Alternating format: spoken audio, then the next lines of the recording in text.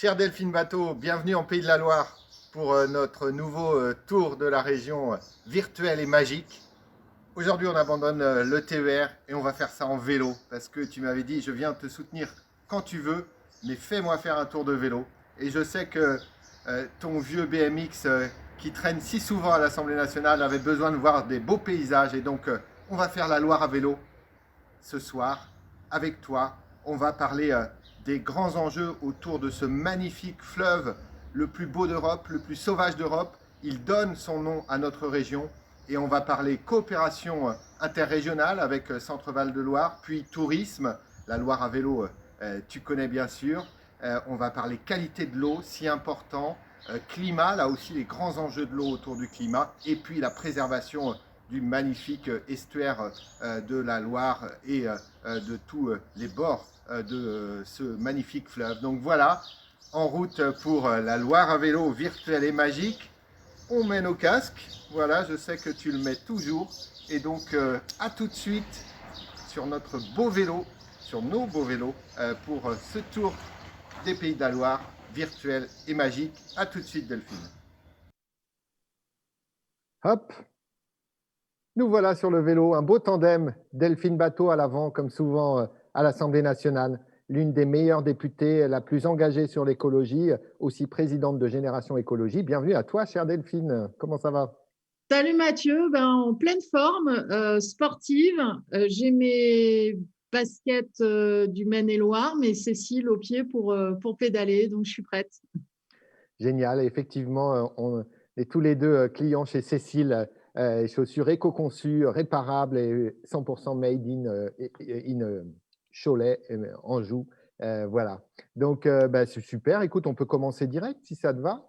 Plaisir de t'accueillir pour ce tour en vélo sur la Loire. La Loire, ça donne le nom de notre région. C'est ça qui fait d'ailleurs toute notre région et on la partage avec une belle région juste à côté. Donc, on va accueillir tout de suite Charles Fournier, qui est le candidat tête de liste écologiste en Centre-Val de Loire, et puis notre tête de liste en Vendée, mon binôme dans cette campagne, Lucie et Tonneau. Bonjour à tous les deux, et je laisse Lucie animer ce temps de coopération interrégionale, sachant que la présidente de région actuelle n'a rien fait sur la coopération internationale, ni avec vous, ni avec la Nouvelle-Aquitaine, ni avec la Bretagne. Donc, ça ne va pas être compliqué pour nous de faire mieux. À vous.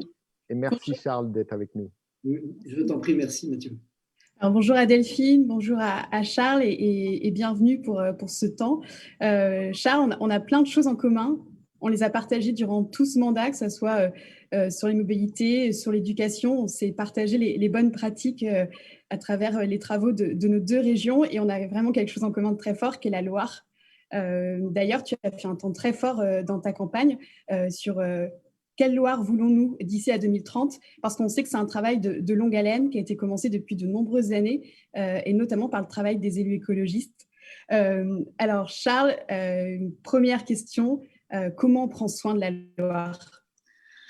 Bonne question, Lucie. Alors déjà, peut-être vous dire que nous, on a effectivement aussi la Loire dans notre nom. Alors c'est depuis la loi NOTRe, puisque préalablement, il y avait une vieille bagarre, et c'était du temps des régions dirigées par les socialistes. Il y avait une bagarre sur peut-on prendre le nom de la Loire ? Est-ce que ça n'appartient qu'à la région des Pays de la Loire ? Non, les deux régions peuvent largement, je crois, revendiquer leur culture ligérienne, leur proximité avec la Loire et le rôle central de la Loire dans l'organisation de nos régions. Donc, nous n'avons pas changé de périmètre, mais nous nous appelons Centre Val de Loire, qui est évidemment pour nous une marque importante. Alors, peut-être dire que la Loire, c'est à la fois un patrimoine culturel extraordinaire et un patrimoine naturel extraordinaire, et que nature et culture, c'est un peu la signature dans notre région. Alors, je pense que vous avez la même et qu'on a ça en partage, mais c'est quelque chose qui dit finalement notre rapport à la Loire. Un patrimoine écologique, naturel incroyable, mais en même temps très en danger, avec aujourd'hui des enjeux autour des quantités d'eau, de la qualité des eaux. On en parlera forcément, vous allez en parler dans ce périple à vélo au bord de la Loire. Des enjeux sur les continuités écologiques, sur la biodiversité, quasiment plus de saumon qui remonte la Loire, alors que ça faisait partie de l'histoire de notre fleuve, des espèces qui ont disparu, d'autres qui sont envahissantes, et donc on a un état de la Loire extrêmement inquiétant. Je vous invite d'ailleurs voir le film Les lanceurs d'alerte de la Loire, qui a été fait pour bonne partie dans notre région et qui déborde un peu sur la vôtre, et qui nous dit l'état édifiant finalement de ce patrimoine naturel. Un patrimoine culturel incroyable qui nous vient d'une façon d'habiter la Loire, de la batellerie, des activités économiques, une façon de regarder la Loire, de vivre avec la Loire qui en donne, je crois, l'importance dans l'organisation humaine dans notre territoire. Mais la Loire, c'est aussi un patrimoine militant. J'aime à le dire, c'est des années et des années de combat de SOS Loire vivante, ceux qui se sont battus pour un fleuve qui reste à l'état sauvage. Pas un fleuve qu'on essaye de dompter, mais un fleuve avec lequel on essaye de vivre. Je pense évidemment à tous les militants environnementalistes, je pense aux pêcheurs professionnels qui se battent aujourd'hui, je pense aux chercheurs, je pense aux éducateurs à l'environnement qui font de la Loire finalement aussi un objet de combat. Je pense aussi à ceux qui se battent contre des ponts. Alors vous avez des batailles contre des ponts, on en a un, nous, pour un pont à près de 100 millions d'euros dans une zone Natura 2000, une zone de nichoir à oiseaux, une zone où même le BRGM dit que c'est dangereux de faire un pont ici. Ben nous, on va prévoir un pont à 100 millions d'euros à côté d'Orléans. C'est une catastrophe supplémentaire. La Loire, c'est tout ça, mais c'est aussi évidemment un poumon économique dans notre région. Et évidemment, assez facilement, quand on parle de poumon économique, on en arrive au tourisme et au rôle central de la Loire à vélo. La Loire à vélo, c'est 1,1 million cyclotouristes dans notre région. Ça fait de notre région, je suis désolé, on a la première place, mais demain, ça ne sera pas ça qui sera important. Ça sera ce qu'on fera ensemble autour de la Loire. 1,1 million cyclotouristes chaque été, 31 millions de retombées économiques chaque année. C'est à peu près 80 € dépensés par jour par un touriste dans notre région. Mais ce qui est très intéressant, c'est que c'est un touriste équitable. C'est un tourisme qui diffuse dans les territoires, qui irrigue. C'est beaucoup d'acteurs qui en profitent, des loueurs de vélos, des paysans qui font de l'accueil à la ferme, des restaurateurs, des gîteurs. Et ce n'est pas seulement la logique des grands sites qui captent tout et qui finalement ne partagent pas le gâteau économique que peut représenter le tourisme. La Loire, c'est tout ça, et je dirais que c'est aussi, et c'est peut-être là que je voulais conclure, un enjeu démocratique et un enjeu de coopération. Un enjeu démocratique parce que les questions de l'état de la Loire, les questions des usages de la Loire posent des questions démocratiques. Savoir quel type de prélèvement d'eau dans la Loire, par exemple. Aujourd'hui, nous avons une situation catastrophique avec un niveau des étiages très bas. Nous avons de nombreuses centrales nucléaires qui sont refroidies par l'eau, et quand 62% des prélèvements dans notre région se font pour refroidir les centrales nucléaires, quand la deuxième part majeure concerne l'irrigation et les grandes cultures, évidemment, il y a un débat sur l'eau, il y a un enjeu de partage des eaux, et ça, c'est un enjeu démocratique. Et c'est pour ça que je vous fais une proposition sur laquelle nous pourrions travailler ensemble, qui a été initiée dans notre région, c'est celle de donner une personnalité juridique à la Loire, de créer un parlement de Loire, une sorte de représentation humaine de la Loire pour pouvoir défendre tous ces enjeux qui existent autour de la Loire. Je trouve que ce serait une voie démocratique à explorer ensemble, et ce Parlement pourrait être commun à nos deux régions. Et puis enfin, je termine. La Loire, c'est un enjeu de coopération entre nos régions.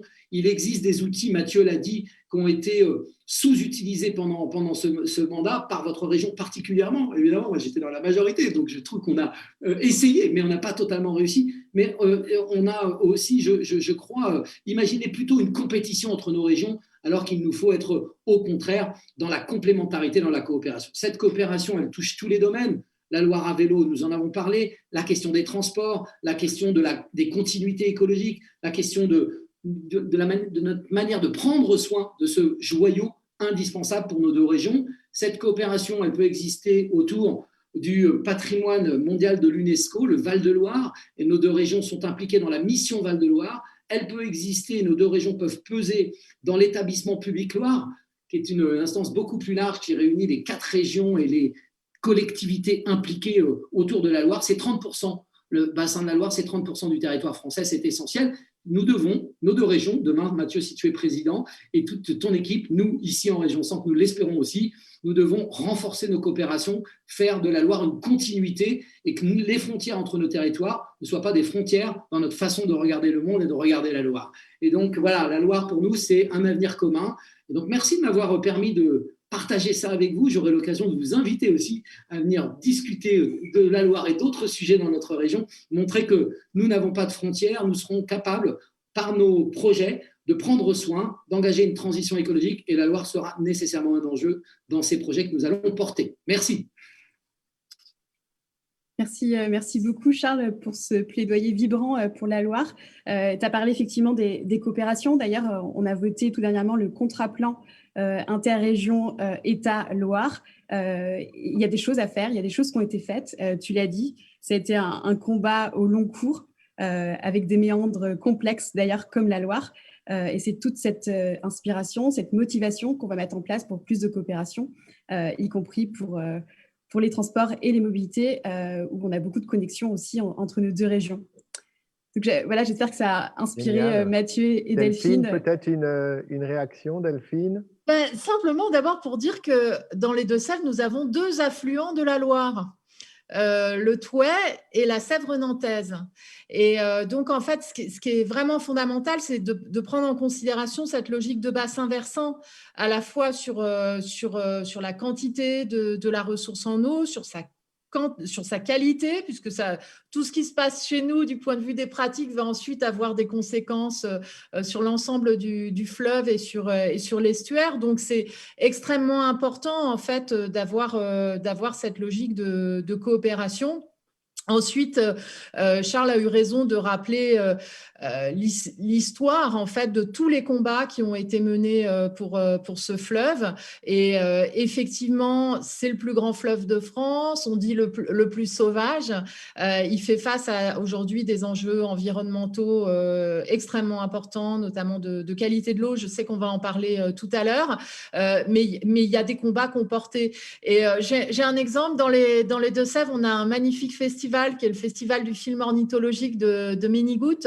Et il y a un magnifique film, je vous l'enverrai, sur le retour du castor, qui a été un combat écologiste très important, et notamment le retour du castor sur les affluents et sur la Loire, qui est aussi le résultat des combats qui ont été menés. Et ça prouve qu'il y a des solutions, qu'il n'y a pas de fatalité et qu'on peut réussir à changer les choses. Merci beaucoup.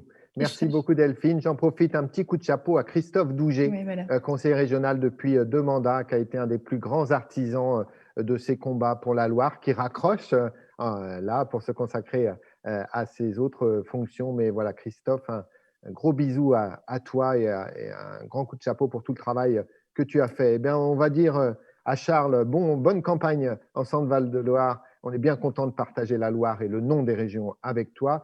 Lucie et Tonneau, notre tête de liste vendéenne aussi. On vous quitte avec Delphine, on remonte sur nos vélos et d'un claquement, voilà, Delphine, cette première étape. On va aller en vélo assez vite jusqu'à Turcan. Toi, le vélo, t'en fais tous les jours pour venir à l'Assemblée? Ouais, j'en fais presque tous les jours pour venir à l'Assemblée, et j'en fais alors pour le plaisir en Deux-Sèvres. Voilà, super. Et donc, toujours avec le casque, je le redis. Toujours avec le casque, mais on va parler, je crois, tout de suite du tourisme lié au vélo. Il y a des enjeux considérables. Nous, on a le Marais Poitevin aussi chez nous, mais c'est moins important que votre parcours de la Loire en termes de taille. C'est impressionnant. C'est clair, mais c'est aussi beau le Marais Poitevin. Pour tous ceux qui ne connaissent pas, allez sur le territoire de Delphine Bateau. Vous allez voir là aussi des zones humides fabuleuses. Eh ben, on arrive tout doucement, on va vite, à Turcan. Et Turcan, on y était déjà hier soir pour tous ceux qui ont regardé la chasse au trésor sur le service public et qui a eu la bonne idée d'être à Turcan aussi hier soir. Allez hop, on arrive à Turcan, on descend de nos vélos. On se retrouve, où est-ce que vous êtes? On se retrouve avec Ibrahim Chenouf, qui est le responsable en Pays de la Loire du parti Allons Enfants et qui est candidat sur notre liste en Maine-et-Loire. Et on est bien content d'être avec toi, Ibrahim, ce matin, et avec Arash Saïdi, qu'on devine derrière son masque, qui est la tête de liste en Maine-et-Loire. Qu'est-ce que vous faites à Turcan, au bord de la Loire? On ne voit pas la Loire, alors dites-nous où est-ce que vous êtes. Bienvenue Delphine en Maine-et-Loire. Donc ici, nous sommes à la Troglothèque de Turcan, qui est un lieu qui illustre à merveille le tourisme 4L qu'on veut mettre en place, social, durable, local et abordable. Et en particulier, une mesure qui, moi, me tient beaucoup à cœur, qui est le dispositif Vacances pour tous, qui permettra de faire une offre de vacances accessible aux jeunes et aux plus modestes, Et ce lieu l'illustrera. Je laisserai tout à l'heure, alors vous ne les voyez pas à l'écran pour des raisons d'espace, un amoureux des grottes troglodytes, Patrick Edgar Rosa, vous présenter son lieu avec Chantal Boin. Et puis, nous aurons aussi avec nous la figure locale, Jean-Michel Marchand, qui a été député ici, qui a été maire de Saumur, président de l'agglomération. Voilà, et je laisse Ibrahim vous présenter pourquoi on a choisi ce lieu. Oui, merci beaucoup, Arash. Bienvenue à toi, Delphine. Sais-tu déjà qu'il y a 3000 km de pistes à vélo au bord des Loirs? Ça, je le sais. Ouais, c'est énorme. Et en fait, le Saumurois est un carrefour de ces routes, puisqu'il y a plusieurs routes comme la Vélo Française, Vélo Odyssée, Vélo Buissonnaire. Et on a beaucoup de chances d'avoir ces routes-là pour découvrir ce beau territoire, cette belle biodiversité qu'on a. Et on n'a pas que les châteaux en Loire aussi. On a aussi des lieux qui sont un peu plus insolites. Et c'est pour ça qu'on voulait commencer ici à la Troglothèque, pour commencer au frais, parce qu'il fait aussi chaud l'été en Loire. Et donc, voilà, on accueille aujourd'hui Patrick et Chantal qui vont vous présenter ce que c'est la Troglothèque. Bonjour, Patrick Edgar Rosa, président de l'association La Troglothèque. En fait, je voudrais qu'on développe dans les années à venir d'abord un centre de ressources sur le troglodytisme et le monde souterrain, donc évoqué autour d'un certain nombre de thématiques, à destination, dans un deuxième temps, de devenir vraiment un centre de ressources sur le troglodytisme, choses qui ne se sont pas encore réalisées ici. Et dans un premier temps, donc, la Troglothèque, c'est un très joli site qui est sur Turcan, vraiment qui illustre bien ce que c'est que le troglodytisme. Et à l'intérieur, nous avons l'intention aussi de mettre en place, dès que c'est possible, dès la réouverture, un certain nombre d'animations à l'égard des jeunes. Ça, c'est des choses qui me tiennent à cœur.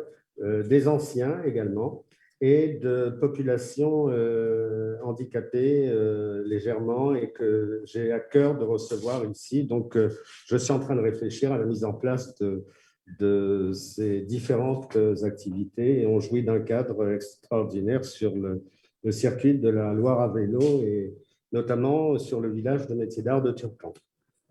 Chantal? Alors, la Loire à vélo, qui est le fer de lance du tourisme local et qui permet donc une liaison entre la Loire et le troglodytisme et à la valorisation automatiquement des gîtes qui égrènent le long de la Loire. Oui, et qui se développent de plus en plus. Et malgré le confinement, nous-mêmes, j'ai un gîte Troglo et on n'a pas arrêté de louer. Et donc, je pense que là, il y a aussi beaucoup de choses à faire et qui permettent de bien valoriser notre territoire. Donc, vous avez vraiment tout pour venir ici. Voilà. Oui, avec plaisir. Merci Patrick et Chantal. Et on vous prendra l'adresse du gîte en plus, parce que ça nous permettra de venir découvrir aussi votre gîte. Je vois aussi une des plus grandes figures de l'écologie du département derrière toi, si je la reconnais bien. Oui, tout à fait. Ibrahim. Je suis avec Jean-Michel Marchand. Oui, bonjour Jean-Michel, Delphine, bonjour Mathieu. Avec nous pour bonjour nous soutenir. Un plaisir de vous retrouver. Écoutez, moi je vous fais un point rapidement sur cet itinéraire Loire à vélo. D'abord pour souligner la qualité de l'environnement, puisque nous sommes ici dans le Val-de-Loire, patrimoine mondial. Nous sommes aussi au cœur du parc naturel régional Loire-Anjou-Touraine.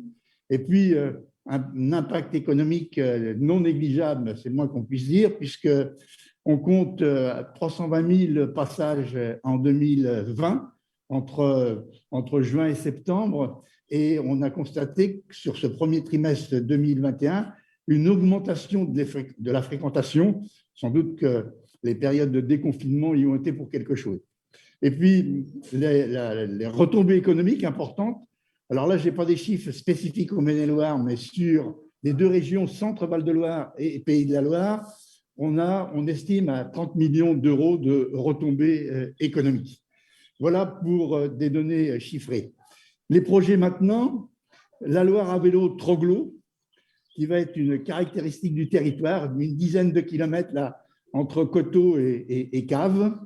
Et puis, pour ne pas l'oublier quand même, Delphine, la vélo française entre la Normandie et La Rochelle sur le tronçon entre Saumur-Niort, Saumur étant un point de concentration des différents itinéraires. Il y a là, me semble-t-il, un développement naturel, durable, comme a dit Arash tout à l'heure, très intéressant pour les populations, très intéressant pour nos concitoyens, avec une économie qui, évidemment, on trouve les retombées. Mais quand même, il faudra qu'on soit vigilant sur deux choses: la qualité de ces circuits, parce que avec une population de plus en plus nombreuse sur ces circuits, il faudra veiller à les entretenir, il faudra veiller à leur qualité. Et là, je ne peux pas ne pas le dire, avec le projet Territoire zéro chômeur longue durée, nous aurons les moyens humains pour pouvoir participer à ce beau projet, à cette belle opération. Bravo à vous, merci. Super, merci. Et on a effectivement un soutien renforcé aussi dans notre projet au territoire zéro chômeur de longue durée, évidemment en premier lieu au projet de Saumur. Merci à toi, Jean-Michel. Et franchement, c'est un honneur de parler devant toi parce que tu es de ces grandes voix qui ont porté l'écologie à l'Assemblée, à Saumur lorsque tu étais maire, au parc naturel, dans toutes tes fonctions et dans le Maine-et-Loire, tu es une des grandes voix de l'écologie. Delphine. Je crois, Jean-Michel, tu me corrigeras, qu'il a fallu 20 ans pour faire tout le circuit de la Loire à vélo qui existe aujourd'hui. Et en fait, on a besoin maintenant, je crois que c'est ça, hein, d'aller… Il a fallu 20 ans pour faire le circuit de la Loire à vélo. C'est bien ça, Jean-Michel? Oui, il a fallu un certain nombre d'années et il faut rendre à César ce qui est à César et à Yves Dauge ce qui est à Yves Dauge. C'est bien Yves, hein, en tant que maire de Chinon, président du PNR à l'époque, qui a lancé cette idée, et c'était une excellente idée. Merci à lui, saluons-le. Oui, il faut du temps. Il faut du temps, mais je crois que ce tourisme tel qu'il s'est mis en place et tel qu'il va se développer est un tourisme d'avenir. Et je crois qu'il faut que la région puisse continuer demain à les régions, puisque là, nous sommes sur 3 régions au moins, Centre, Val-de-Loire, Pays de la Loire, et puis cette belle et grande région de la Nouvelle-Aquitaine avec la Vélo française, que les régions puissent y mettre les moyens nécessaires pour que ça continue à se développer. C'est clair parce qu'en fait, beaucoup d'habitantes et d'habitants, et j'ai été très sensible à ce qui a été dit sur Vacances pour tous, qui se développe par exemple aujourd'hui à Poitiers avec le travail de Léonore Monconduit, c'est qu'en fait, beaucoup de personnes sont en train de se rendre compte que l'on peut voyager loin au sens du dépaysement et des découvertes de la nature, de la culture, en allant en termes de distance pas si loin que ça et tout simplement en voyageant autrement.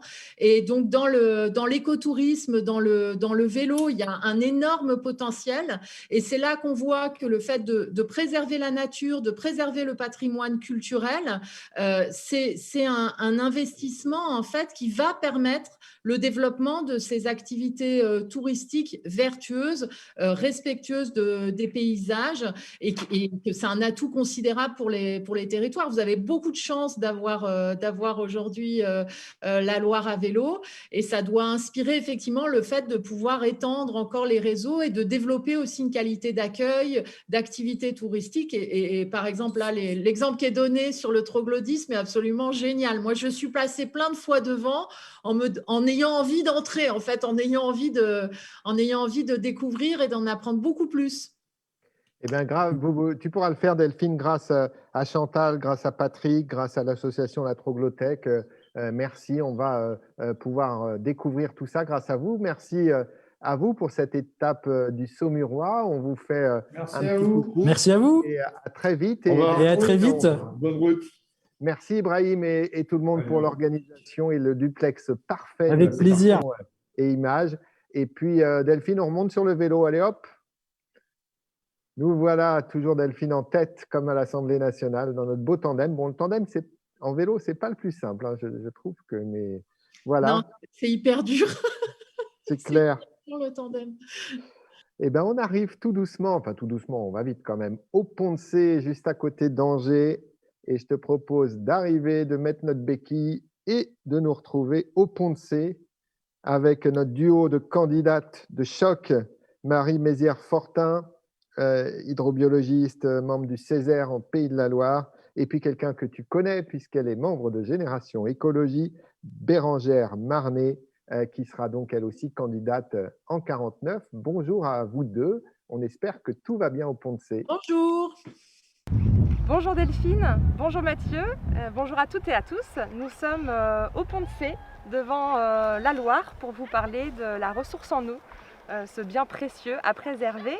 Et nous sommes avec Marie en compagnie de Jacques Zemmer, ancien président pendant de longues années de l'association La Sauvegarde de la Loire-Angevine. Marie, en tant qu'hydrobiologiste, peut-être que tu as des choses à dire sur la qualité de l'eau? Ah oui, effectivement, aujourd'hui, au sens de la norme européenne, de la DCE, la directive cadre sur l'eau, la Loire apparaît comme étant en bonne qualité, mais pour un cours d'eau, il faut avoir une approche par bassin versant, et aujourd'hui, la Loire est constituée de multiples sous-bassins versants, d'autres cours d'eau qui apportent une quantité d'eau non négligeable à la Loire tout le long de son parcours. Et ce sont ces petits cours d'eau qui peuvent apporter de l'eau en quantité et en qualité, ou dégrader la qualité de l'eau de la Loire. Donc aujourd'hui, c'est plutôt les sous-bassins versants que l'on va regarder de manière plus précise pour pouvoir trouver des solutions et améliorer leur qualité au sens de la directive 4 sur l'eau. Sous-bassin versant qui contribue à la pollution de la Loire. Qui contribue à la pollution de la Loire, tout à fait, merci. Alors je me rapproche du micro. Donc si j'ai bien compris, il faut parler à l'échelle des bassins si on veut étudier justement ces problématiques. On ne va pas réfléchir sur la région. Non, absolument pas. Surtout quand on parle de la Loire, il faut raisonner en termes du bassin de la Loire, c'est-à-dire depuis le Mont-Gerbier-des-Joncs jusqu'à l'estuaire. Et tout est lié, en particulier pour ce qui concerne les débits. Vous savez que pour l'histoire, il y a eu de conflits très sérieux concernant des aménagements possibles en amont de manière à stocker l'eau pour, soi-disant, garder des milliards de mètres cubes d'eau qui étaient perdus l'hiver en allant dans la mer. Ça, c'était les dictons de Jean Royer. Et finalement, ça a été le source de combat de nombreuses associations, dont dans le cadre du comité Loire Vivante, et donc de nous-mêmes aussi. Cette affaire est complètement abandonnée depuis avec le plan Loire en nature, qui est quelque chose de fondamental, sur lequel on reviendra peut-être. Mais je crois que pour les années à venir, maintenant, c'est vraiment l'évolution climatique qui est perçue par le milieu scientifique et pour lequel les études qui ont été faites conduisent à estimer que le débit d'étiage de la Loire sera en nette diminution. Or, le lit de la Loire est un endroit où on puise beaucoup d'eau pour l'agriculture, pour l'irrigation et aussi et surtout pour l'approvisionnement en eau des collectivités territoriales. Celle des Ponts de C, qui est tout de suite en amont, la plus importante, celle des Ponts de C alimente plus de 250 000 habitants. Il y en a à Montjean, et ainsi de suite. Donc c'est la priorité des priorités. D'accord, donc si je résume, alors quand vous parlez d'étiage, qu'on explique ce que c'est pour les personnes qui nous écoutent, c'est le niveau le plus bas, hein, c'est ça? C'est bonne question. Le débit d'étiage, c'est effectivement le débit qui correspond aux périodes les plus basses du fleuve. C'est donc grosso modo entre le mois de juillet ou septembre, encore que maintenant, compte tenu des modifications climatiques, ça commence parfois bien avant et ça se termine parfois bien après ces 2 mois-là. Alors les débits d'étiage, c'est aussi important de le savoir, on descend à des débits qui sont de l'ordre de 100 mètres cubes par seconde, à Montjean, qui est le point nodal. En plein hiver et en pleine crue, les crues importantes, on peut monter jusqu'à 6000-6500 mètres cubes par seconde. Ça vous donne tout de suite le rapport de débit entre le débit d'étiage et le plein débit. D'accord, donc on comprend bien que les étiages seront de plus en plus fréquents, de plus en plus nombreux et importants. Comme vous l'avez dit, les conséquences, c'est le manque d'eau finalement. Et du coup, est-ce qu'il y a d'autres conséquences? La première chose, c'est d'être très présent dans les différents parlements de l'eau, que ce soit à l'échelle locale ou à l'échelle du comité de bassin, pour avoir tous les acteurs réunis, tous les usagers de l'eau réunis autour de la table, afin de trouver les solutions finalement les plus opérationnelles pour garantir une quantité d'eau à toutes les activités et une bonne qualité d'eau à toutes les activités. Aujourd'hui, cette évolution du débit de la Loire avec le réchauffement climatique pose une question qui est importante, qui va être celle aussi de la raréfaction de la ressource en eau potable. Il faut imaginer que la Loire permet d'apporter de l'eau potable pour 30% de la population ligérienne. Donc on a une vraie question de la qualité et de la quantité d'eau de la Loire pour assurer l'eau potable pour notre population.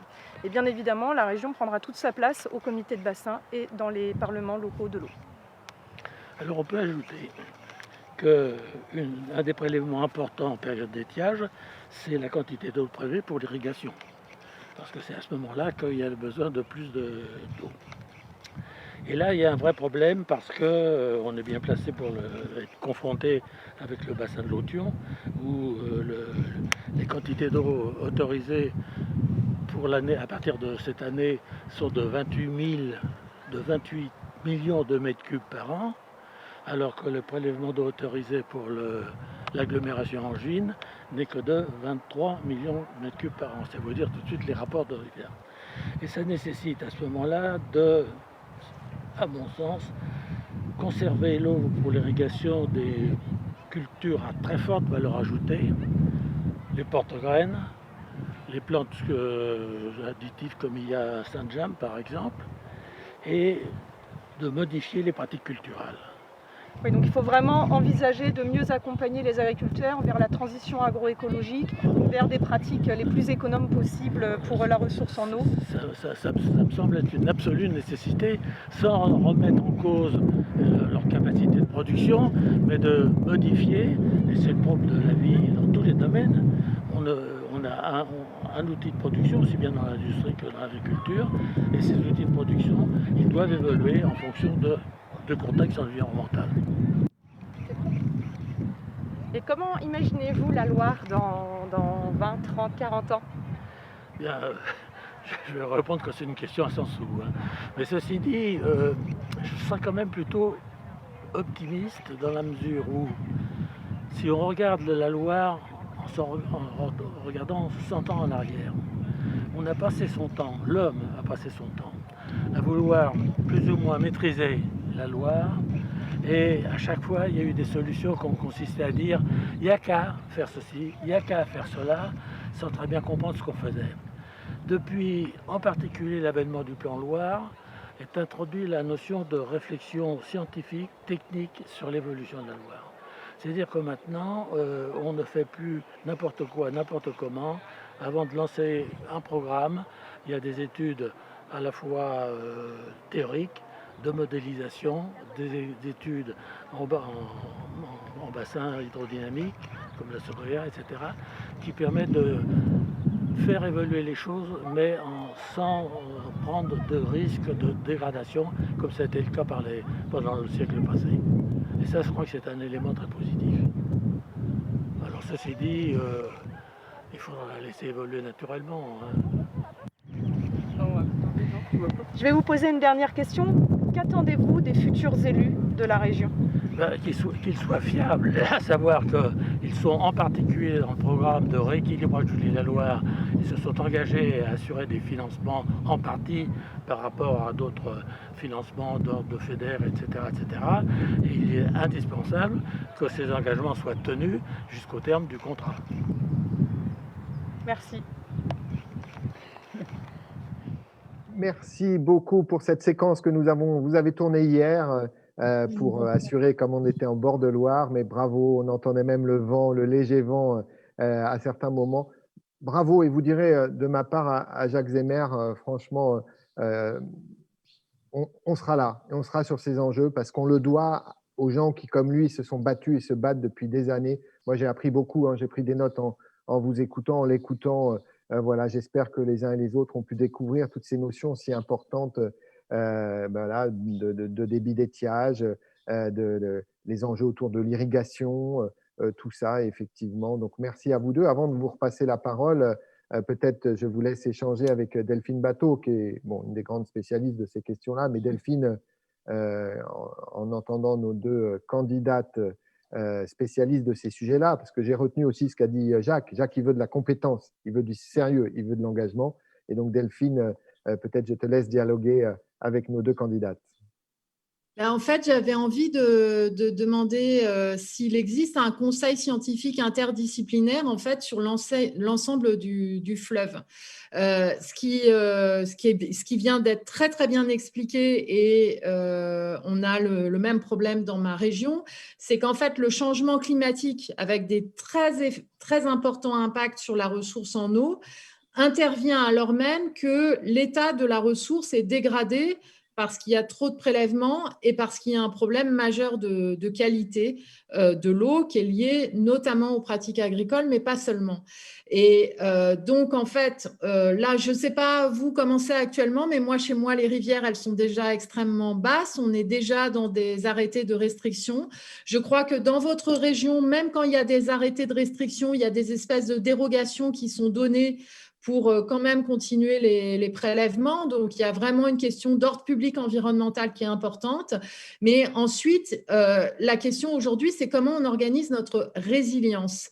Et la résilience, elle passe par la renaturation, elle passe par la replantation de haies, elle passe par la lutte contre l'artificialisation des sols qui a des effets désastreux sur la ressource en eau. Donc ça, c'est la première chose qui est très importante. La deuxième, c'est la question de la transformation du modèle agricole, donc de réduire les prélèvements pour l'agriculture, de mieux partager l'eau entre les agriculteurs, parce que l'agriculture a besoin d'eau, et de la conditionner au changement des pratiques, à la sortie des pesticides, et donc d'avoir avec chaque goutte d'eau consacrée à l'irrigation une destination qui est liée à des productions locales qui vont être fortement valorisées, qui vont être consommées localement, qui vont aller vers les circuits courts. Et vous, je crois que dans votre région, vous avez, comme nous, des enjeux très importants sur le maraîchage. Et donc aussi sur la qualité de l'eau liée aux pratiques agricoles.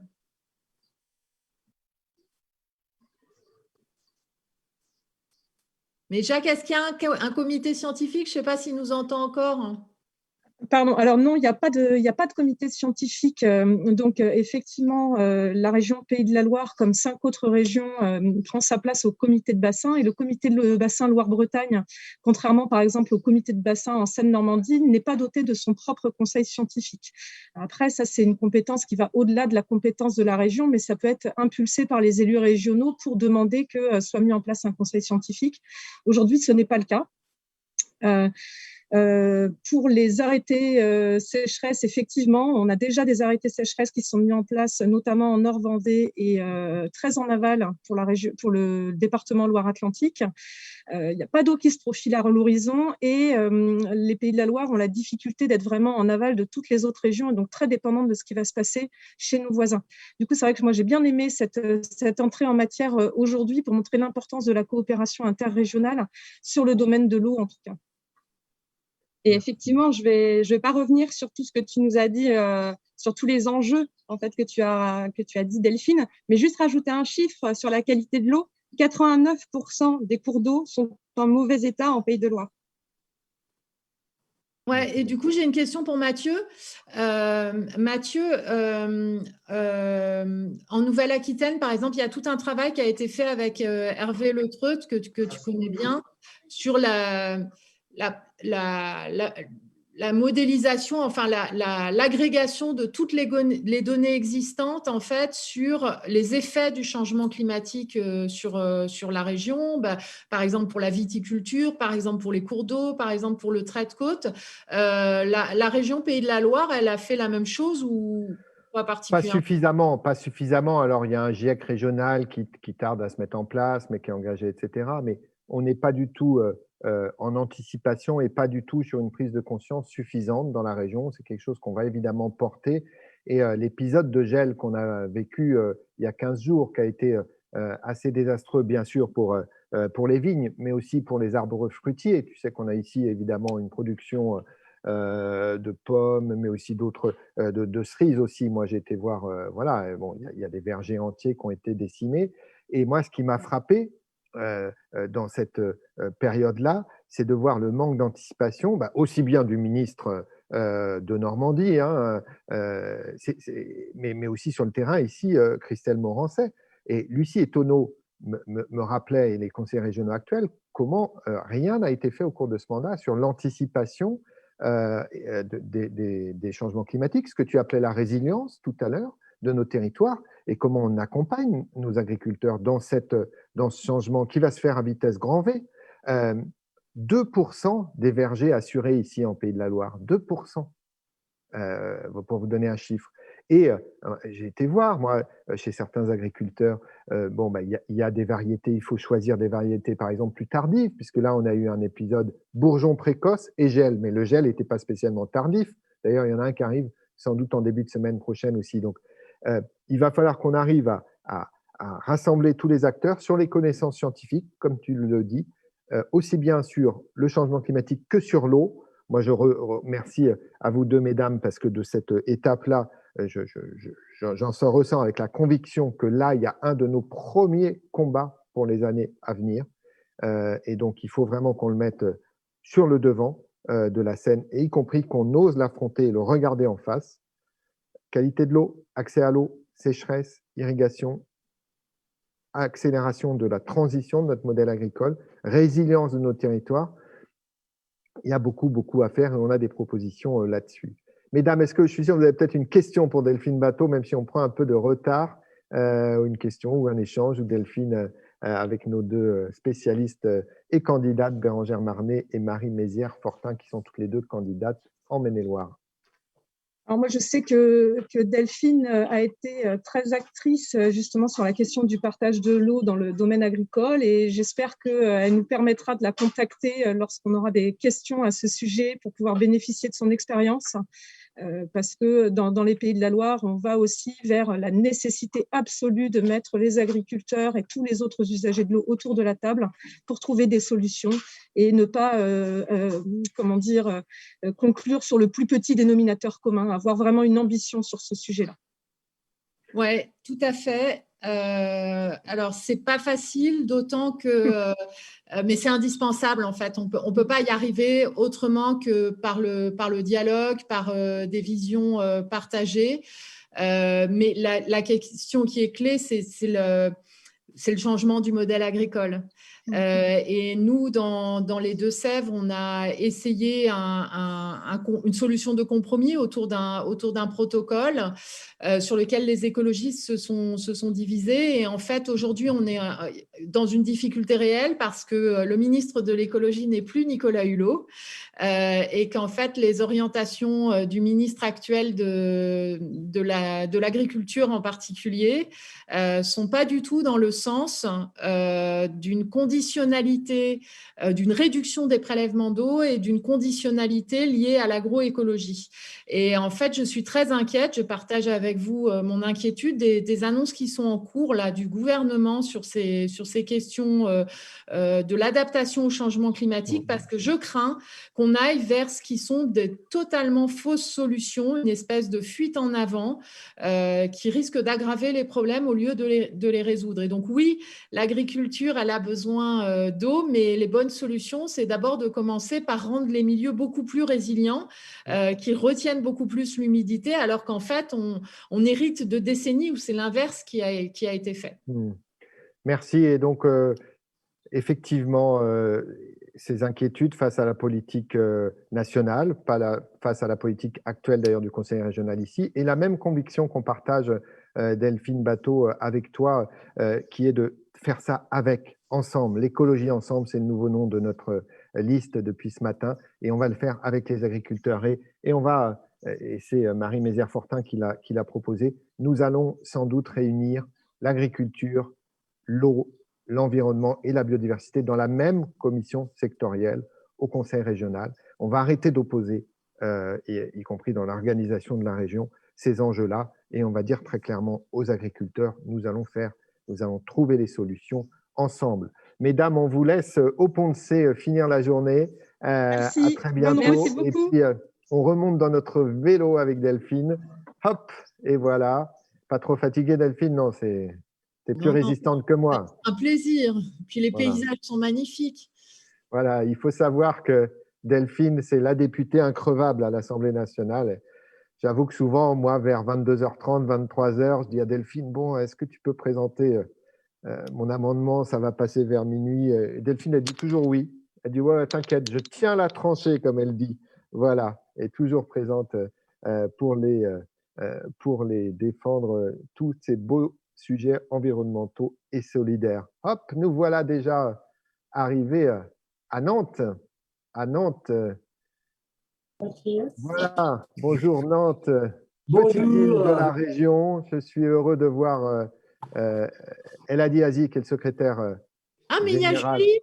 Voilà, il y a Elhadi Aziz qui est le secrétaire général de Génération Écologie. Une petite surprise pour Delphine Batho, effectivement, la présence de Julie Laernoz, la seconde adjointe à la mairie de Nantes, qui est un soutien très important pour nous, qui sera, vous savez, sur la liste dans ses places à la fin, là, les gens qui sont là pour pousser la liste, pas pour être élus, bien sûr, mais on a 2 personnes aux 2 dernières places. Julien Durand, figure de la lutte anti-NDDL, et puis Julie Laernoz, qui a tant fait pour l'écologie à la région, quand elle coordonnait les collaborateurs et collaboratrices, mais aussi depuis lors dans ses fonctions d'élu. Et donc, c'est un plaisir, Julie, que tu sois avec nous ce matin. On est chez William Aucan, on va tout vous dire. On est chez William Aucan, qui sera le numéro 3 sur la liste et qui, lui, voilà, sera élu l'un des 150 de la Convention citoyenne pour le climat. C'est son premier engagement en politique. Eh bien, mesdames et messieurs, les Nantais,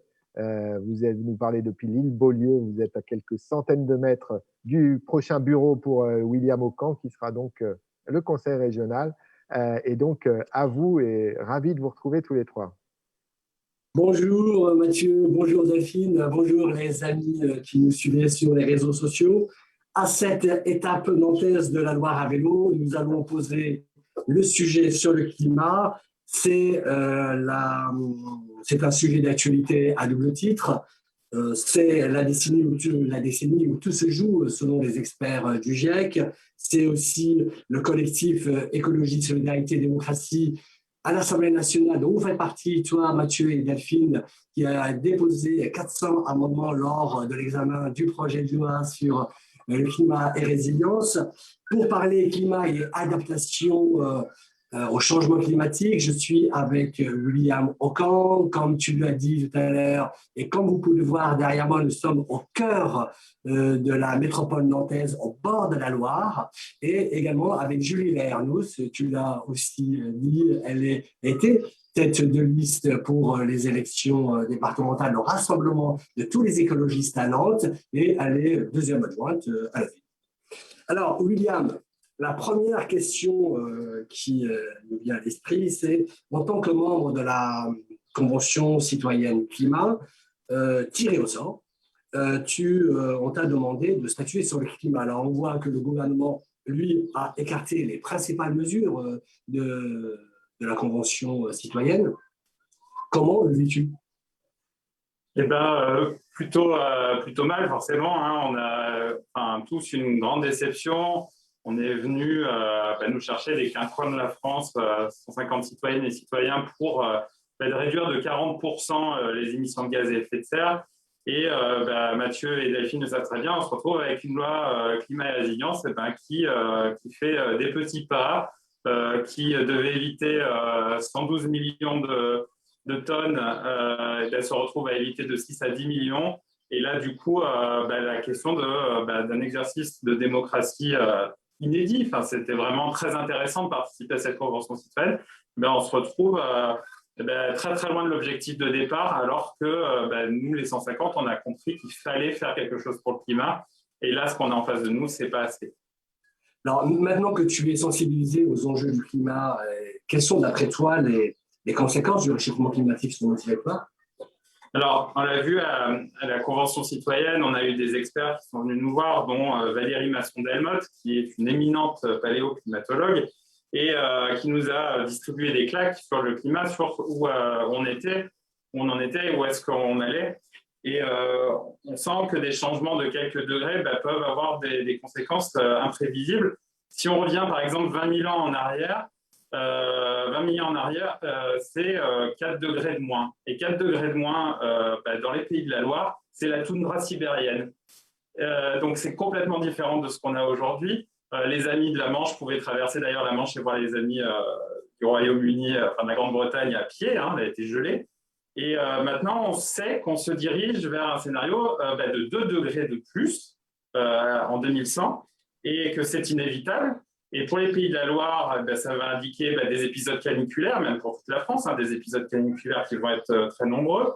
Et nous, moi, je suis architecte urbaniste et j'ai des collègues qui sont paysagistes et on met en œuvre en tant que concepteur déjà comment, dans 10 ans, les lieux, les végétaux vont s'adapter au climat. Mais ça, Julie en parlera mieux que moi.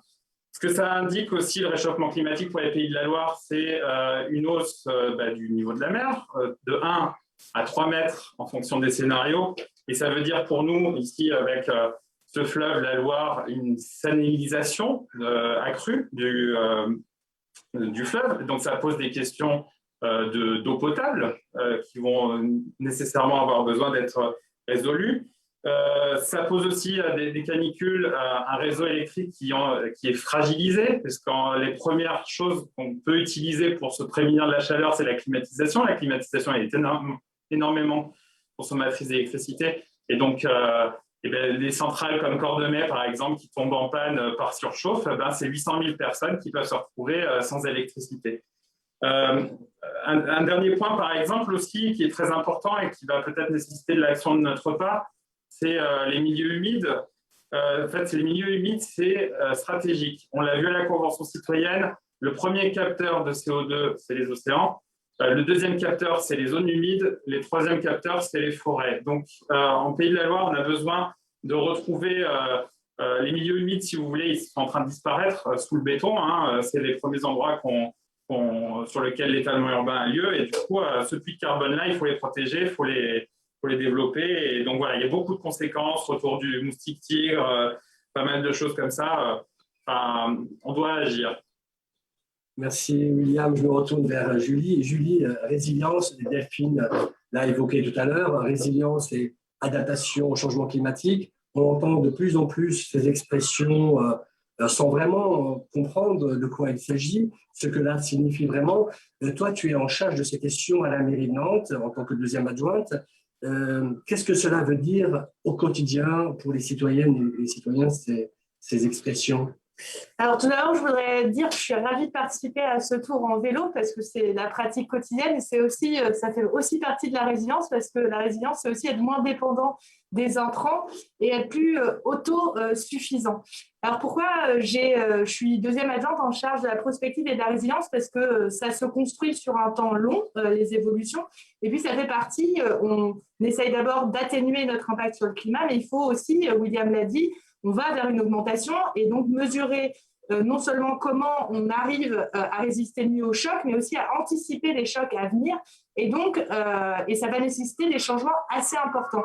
Vous en avez parlé à l'arrêt précédent en vélo, la question de l'agriculture, la production, de la relocalisation et d'utiliser moins d'intrants, c'est non seulement être moins dépendant des exportations extérieures, mais c'est aussi une nécessité vitale puisqu'on a besoin d'alimentation pour se nourrir. Et puis, je pense que la crise Covid a aussi remis un accent sur cet exemple très concret. Mais c'est aussi, si on parle de la Loire et de Nantes, l'accès à l'eau potable est réellement menacé. Aujourd'hui, le niveau de la Loire baisse et on a pour produire l'eau potable une grande partie de l'agglomération, mais on l'exporte aussi à l'ouest. On a une usine de l'eau qui puise son eau dans la Loire et le niveau de l'eau qui baisse, de la Loire qui baisse, ça fait que le bouchon vaseux qui se trimballe va aussi obstruer cette usine. Et donc, on voit là aussi que notre système, de manière globale, est assez vulnérable. Je reprends un autre exemple. À Nantes, on est très dépendant des pompes de relevage pour l'assainissement. Et s'il y a une panne électrique, par exemple, en fait, on va avoir les pieds dans le caca, pour dire les choses très, très basiquement. Et donc, on voit bien là les problématiques très concrètes et très réelles auxquelles on va être confronté. Ensuite, je voudrais juste rappeler sur la résilience, donc c'est vraiment comment on adapte notre système urbain aux défis à venir, mais c'est comment on le rend moins dépendant aussi de l'extérieur, donc c'est vraiment sur la relocalisation, mais c'est aussi le lien social. Moi, l'exemple qui me frappe le plus, c'est qu'on face aux crises, sans lien social, on ne résiste pas. C'est chacun qui va se ruer dans le supermarché pour avoir accès à un paquet de pâtes, par exemple. Mais quand on regarde, par exemple, à Fukushima, il y a des villages qui ont beaucoup mieux résisté parce qu'ils avaient plus de liens sociaux. Il y a eu moins de morts, vraiment, parce que les plus forts sont allés chercher les plus faibles qui étaient restés dans les habitations. Et donc, la résilience, c'est aussi la résilience sociale et sociétale. C'est comment on construit ces liens et cette société solidaire entre elles. Alors, concrètement, quels sont les leviers à activer sur les territoires par rapport au choc que tu décris présent, parce qu'on le voit comme nous sommes aussi dans une période canicule, de réchauffement climatique avéré, et les chocs à venir? Alors, il y a une première étape, Mathieu en a parlé, mais ça a tardé. En région Aquitaine, par exemple, il y avait un GIEC régional qui avait été institué et instauré. On voit bien les différents domaines qui sont directement impactés. L'agriculture, l'alimentation, la vigne, etc. est très climato-sensible. Donc déjà, il y a là une adaptation, mais je pense que c'est vraiment le système qu'il faut changer. C'est-à-dire on a été dans un système où on s'est spécialisé, on a eu des grosses usines de production et de distribution, et aujourd'hui, on voit bien qu'il faut relocaliser, que ce soit en termes d'énergie, d'alimentation, d'eau, être plus en accord avec les milieux qu'on prélève, parce qu'on sait qu'on ne va pas pouvoir continuer de cette manière-là.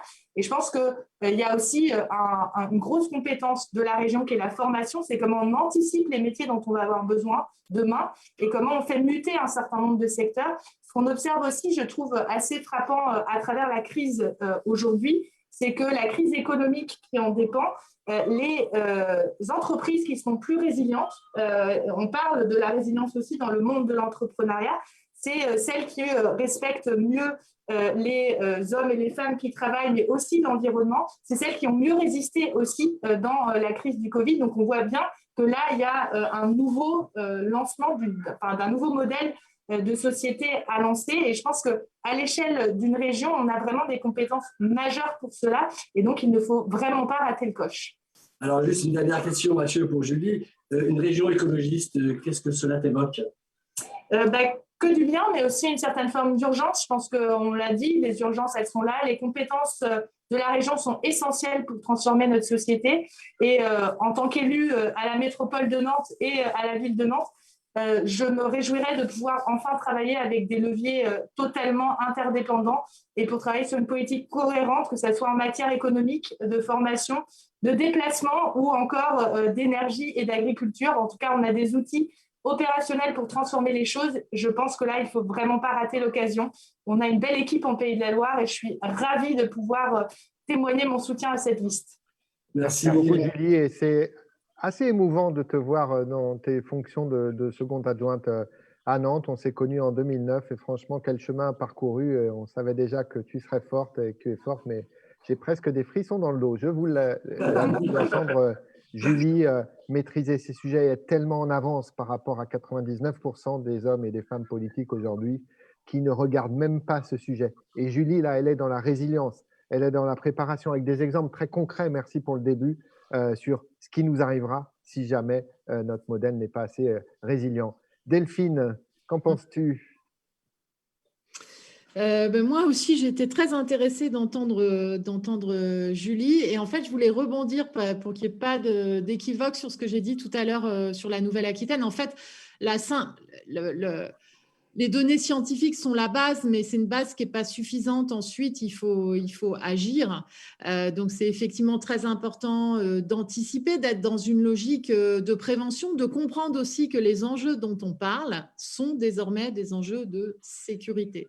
Ce sont des enjeux de sécurité de la population, ce sont des enjeux de sécurité alimentaire, par exemple. Si on reprend l'exemple que Mathieu prenait tout à l'heure sur le gel et les conséquences que ça peut avoir pour les filières arboricoles, on est en fait sur quelque chose qui est vital. Voilà. Et donc, prendre les bonnes décisions et organiser tout ce qu'on peut pour atténuer le changement climatique, mais aussi pour prévoir, pour organiser des adaptations, c'est vraiment fondamental. Et c'est vrai que dans l'estuaire de la Loire, vous êtes en première ligne de toutes ces questions. Et puis, je suis ravie de voir l'engagement de William.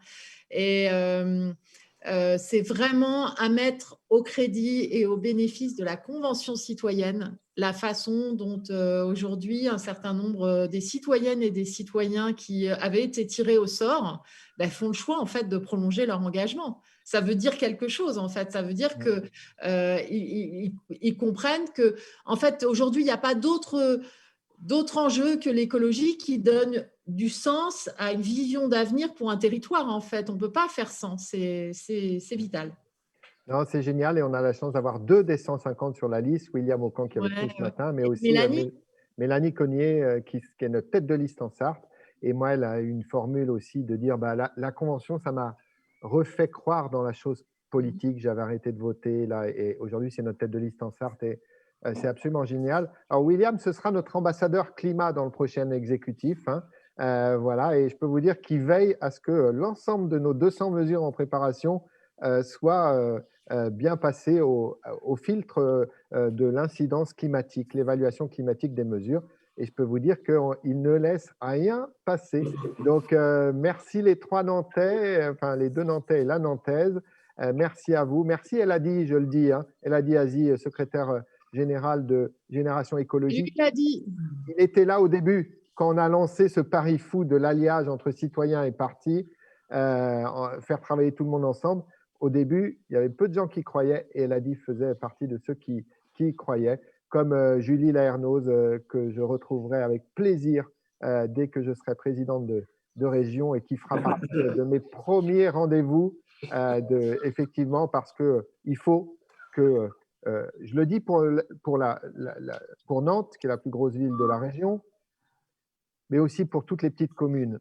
Moi, quand j'ai été en Loire-Atlantique, avec notre tête de liste, Franck Nicolon, qu'on a rencontré une quinzaine de maires du nord-ouest du département, et que les maires nous ont dit « ça fait 6 ans que je n'ai pas eu un coup de fil ou un contact avec les conseillers régionaux, ça m'a rendu dingue, ça m'a rendu dingue. » Et je peux vous dire que demain, ça va changer. Et que chaque territoire aura ses conseillers régionaux de référence, qu'ils soient dans la majorité, dans l'opposition, ce n'est pas le sujet.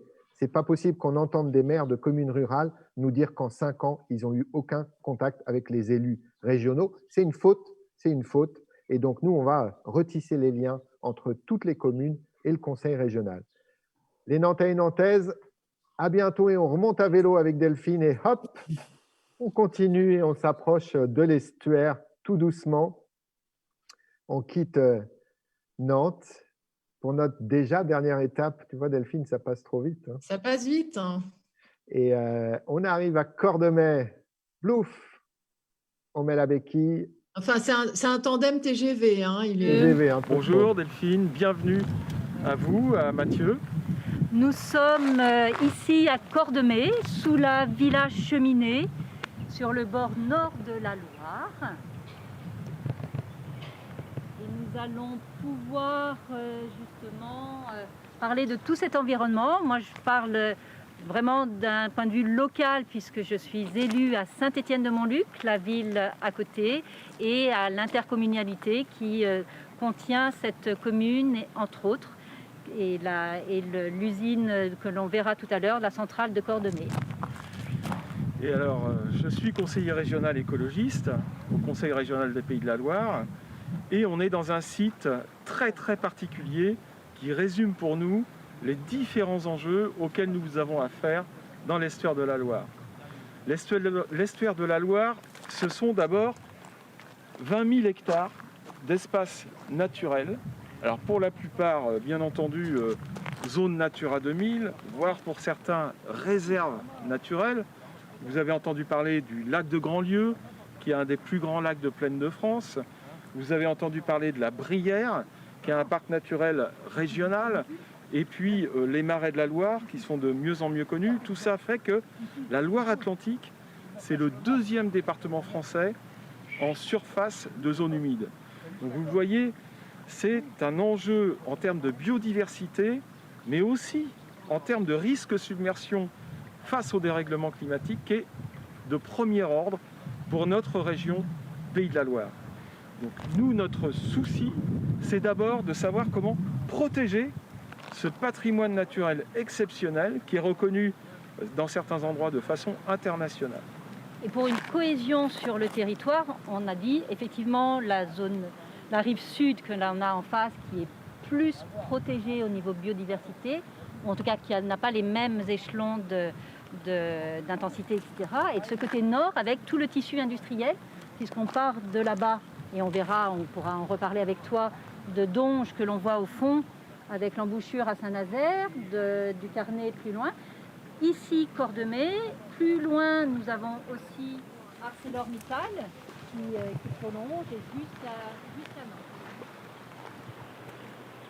Et donc, avec la problématique, ou en tout cas la situation aujourd'hui de ce tissu industriel qui est de l'enjeu de l'avenir de transition énergétique, surtout l'estuaire qui nous intéresse là de la Loire, en parlant de cette usine de Cordemais.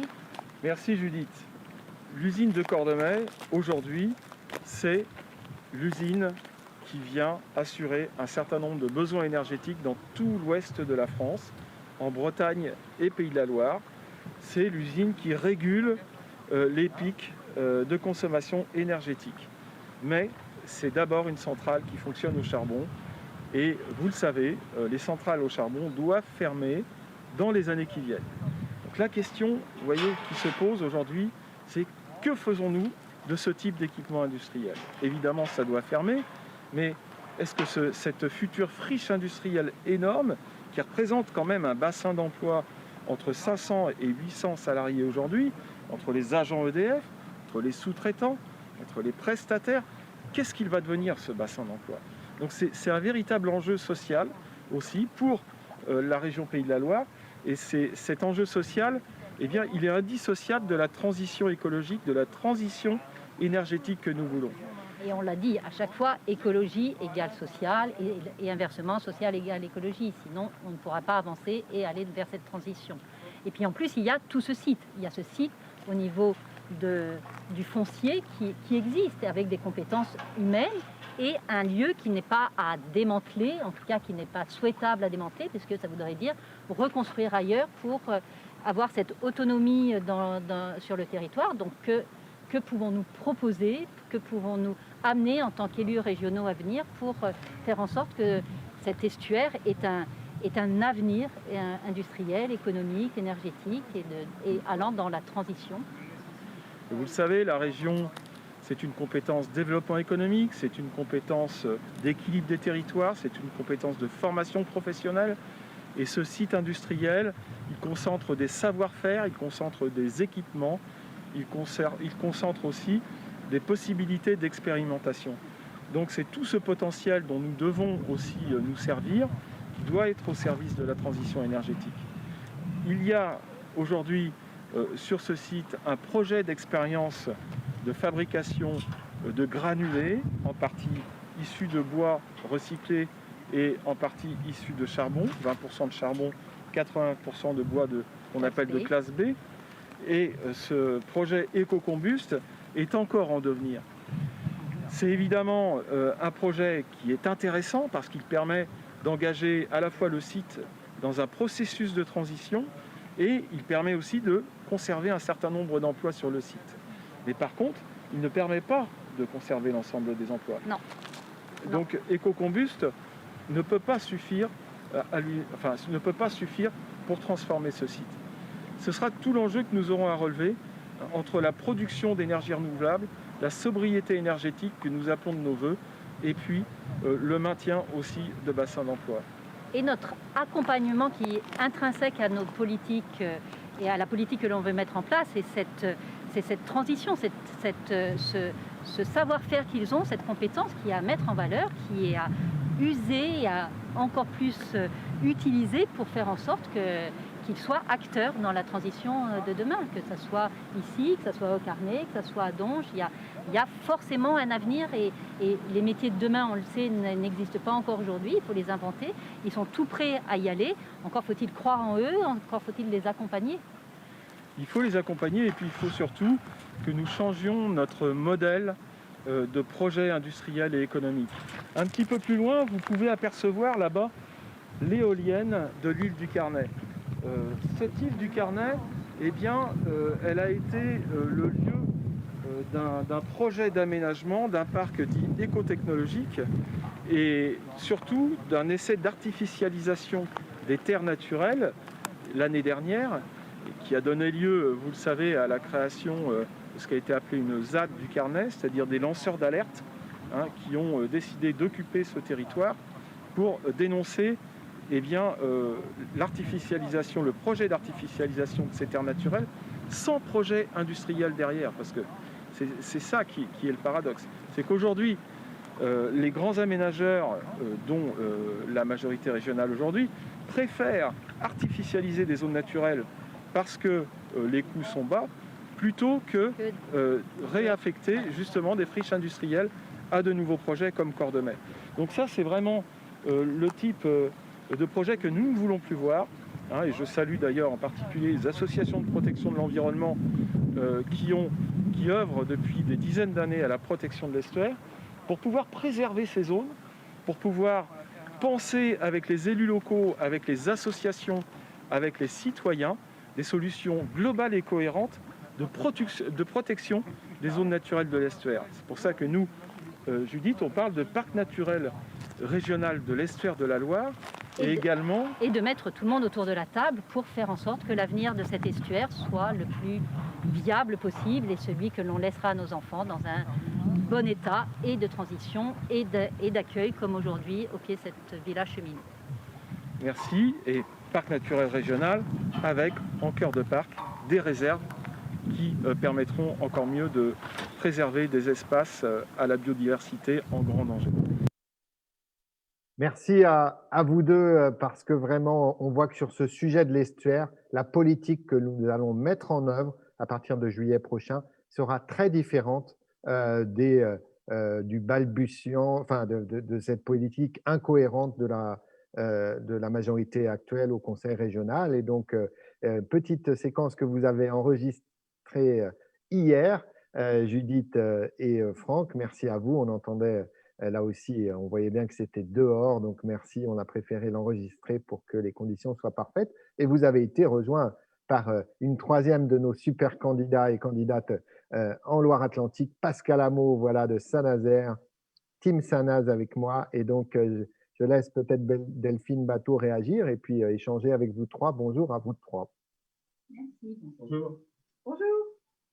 Ben, je pense que vraiment les enjeux ont été très, très bien exposés, c'est-à-dire comment l'histoire fait qu'on hérite de sites industriels qui se sont implantés à proximité de zones naturelles, les enjeux que l'on a aujourd'hui de relocalisation de l'industrie. Donc ça, c'est extrêmement important et je tiens à souligner, à saluer dans les propositions de votre liste pour un rebond économique. J'ai été très attentive notamment à ce que vous dites sur la politique industrielle, sur le fonds souverain, sur le rôle des PME. Et c'est évident que par rapport à l'implantation et au développement de nouvelles filières industrielles aujourd'hui, ce n'est pas en artificialisant des sols et donc c'est en organisant la reconversion de friches ou la reconversion d'un certain nombre de sites existants.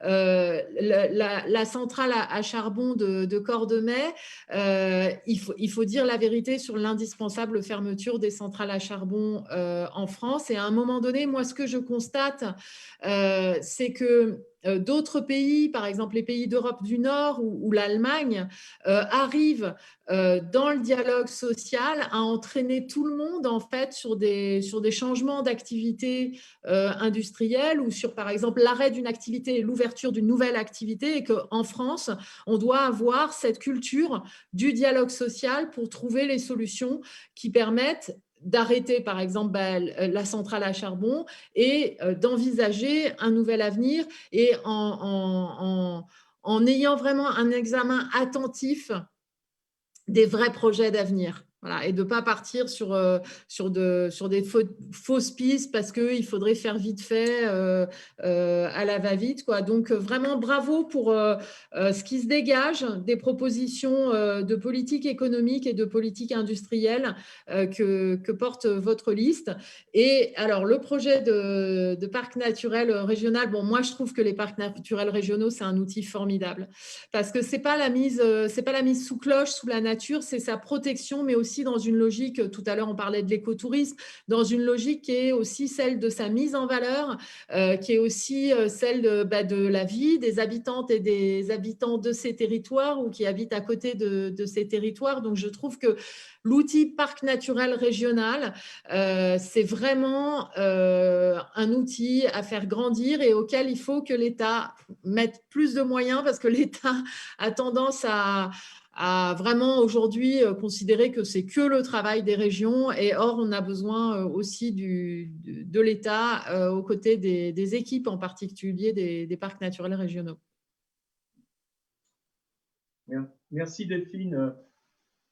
Vous êtes arrivés au bout de la Loire, Delphine et Mathieu, mais simplement pour vous dire que vous êtes quand même dans un territoire exceptionnel entre la côte atlantique et puis évidemment les terres qui arrivent, le sud du massif armoricain. Et cet espace, jusqu'à présent, il a été surtout conçu comme un intermédiaire entre les deux grandes agglomérations de Nantes, 800 000 habitants, Saint-Nazaire, 120 000 habitants, et puis les industries lourdes le long de la Loire. Et c'est pourtant un territoire extrêmement riche, et Judith est un peu l'experte locale de ce territoire, puisqu'elle y vit depuis plusieurs dizaines d'années. Et Judith, ce territoire, qu'est-ce qu'il doit devenir demain?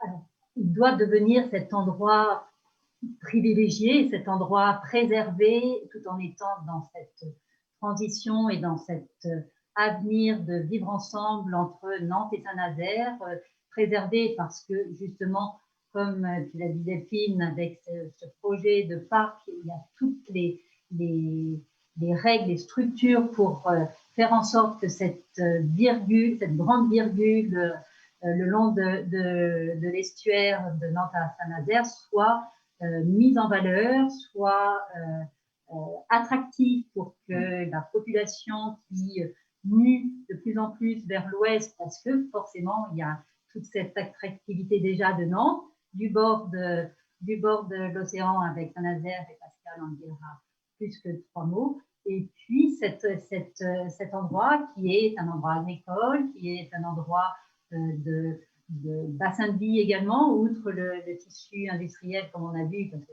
ça remonte aux portes de Nantes avec ArcelorMittal jusqu'à effectivement Cordemais, Carnet et Saint-Nazaire ensuite. Il y a effectivement ce projet de parc qui est à soutenir, à accompagner avec tout le développement économique dans le sens de cet avenir vert et des emplois verts que l'on a pu développer dans notre programme, qui est à mettre en valeur ici, sur ce territoire, au bord de l'estuaire. Merci.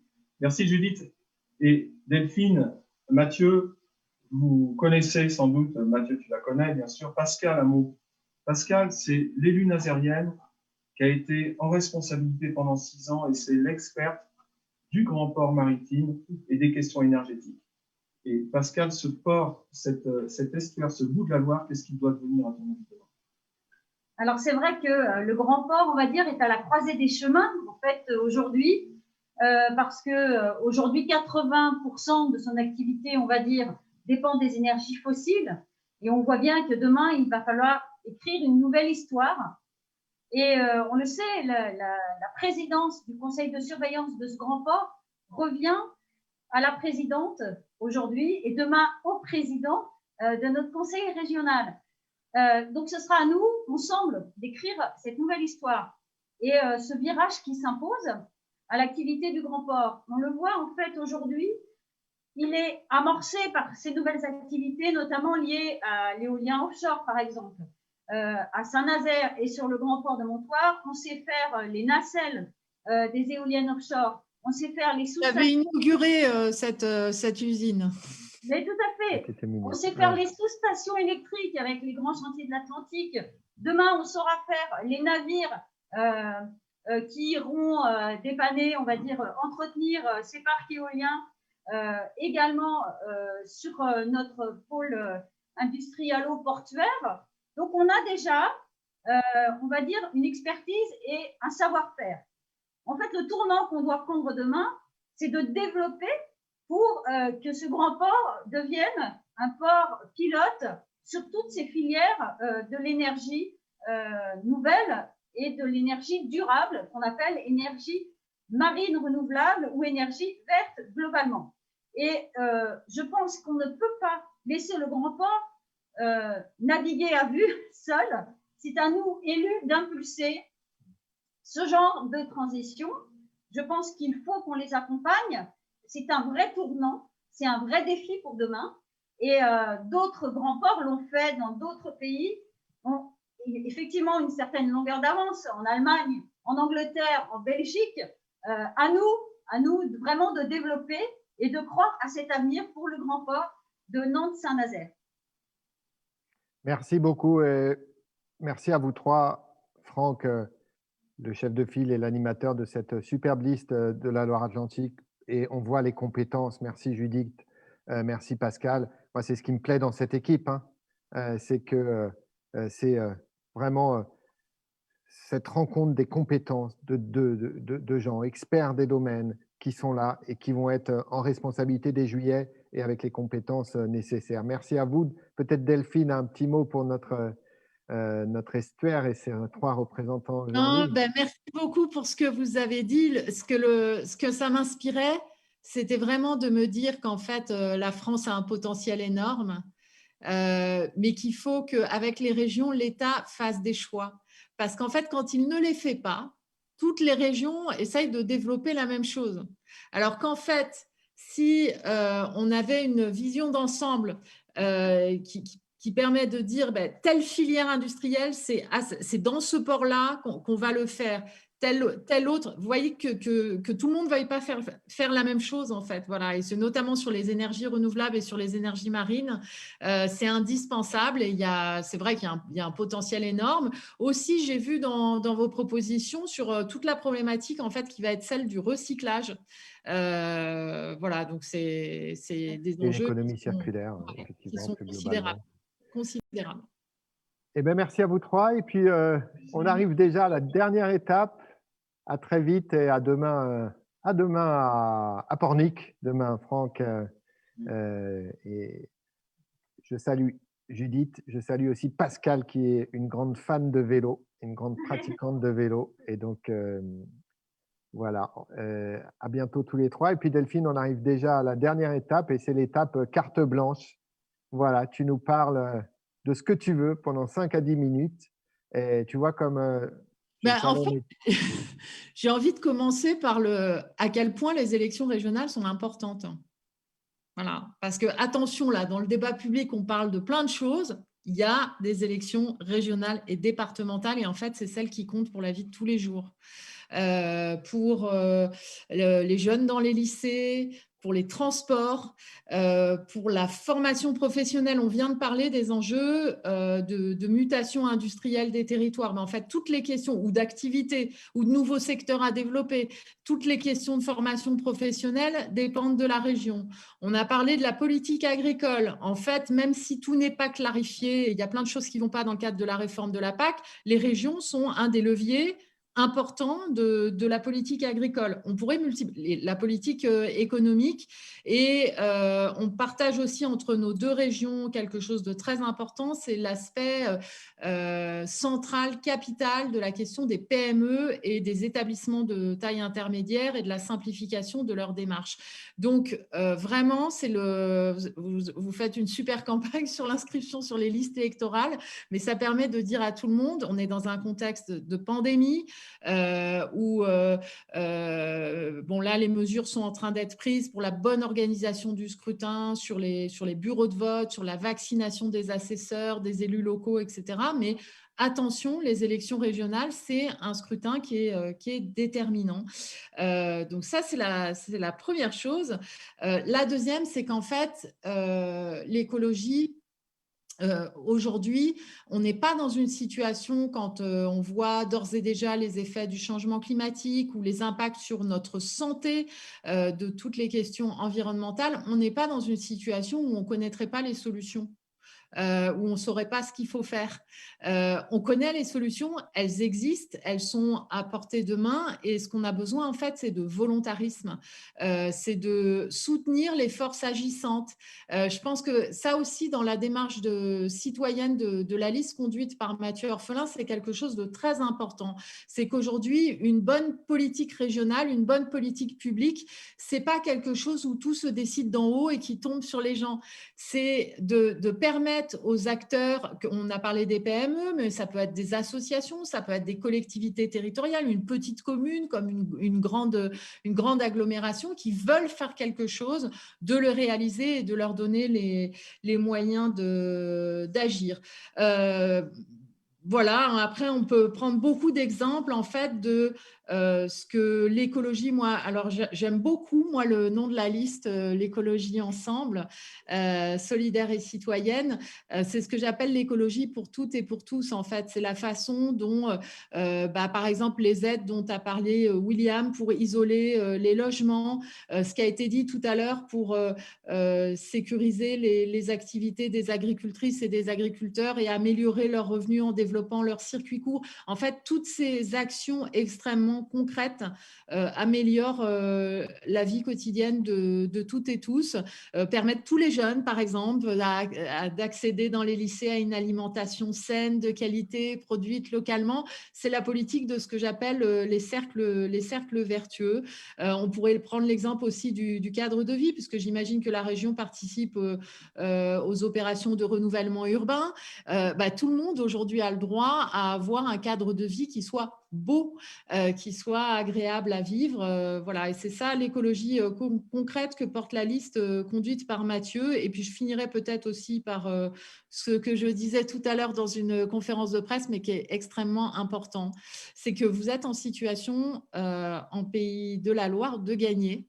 Et qu'une des clés essentielles de la victoire, c'est la crédibilité qui se dégage de votre liste, le sérieux de ces propositions programmatiques et aussi les compétences de votre tête de liste que je veux saluer. Moi, je travaille avec Mathieu à l'Assemblée nationale depuis un moment maintenant. Je veux témoigner de la constance de son engagement pour l'écologie, de sa détermination, de son refus du sectarisme, qui est quelque chose de très important aussi, de considérer que chacun détient une part de vérité et que même quand on n'est pas d'accord, il faut écouter les arguments et les prendre en considération, prendre en considération les objections pour y répondre. C'est quelqu'un qui a l'expérience de l'exécutif régional, qui a dirigé des services de taille très importante à l'ADEME. Donc, c'est quelqu'un vraiment auquel on peut, qui a la passion et l'amour de son territoire, parce que fondamentalement, c'est aussi le plus important, auquel on peut faire confiance, non seulement pour exercer les compétences d'un président de région, mais pour remettre la région en mouvement et pour savoir le faire, pour savoir diriger les services, pour savoir animer les équipes de façon collégiale. Nous, on le fait à l'Assemblée nationale et ça, c'est quelque chose de très important. La joie et le sérieux qui se dégagent de votre liste est une des clés de votre victoire que je souhaite de tout mon cœur.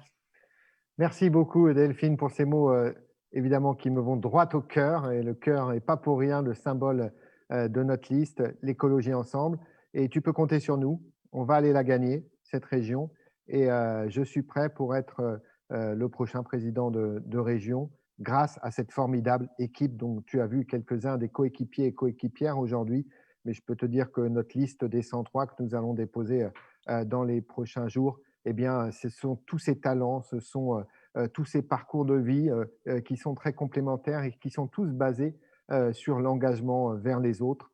Et donc, 2650 signataires, parce que je viens de regarder qu'on venait encore d'en gagner quelques-uns ce matin. On est tous là, on va gagner et on va proposer cette alternative forte.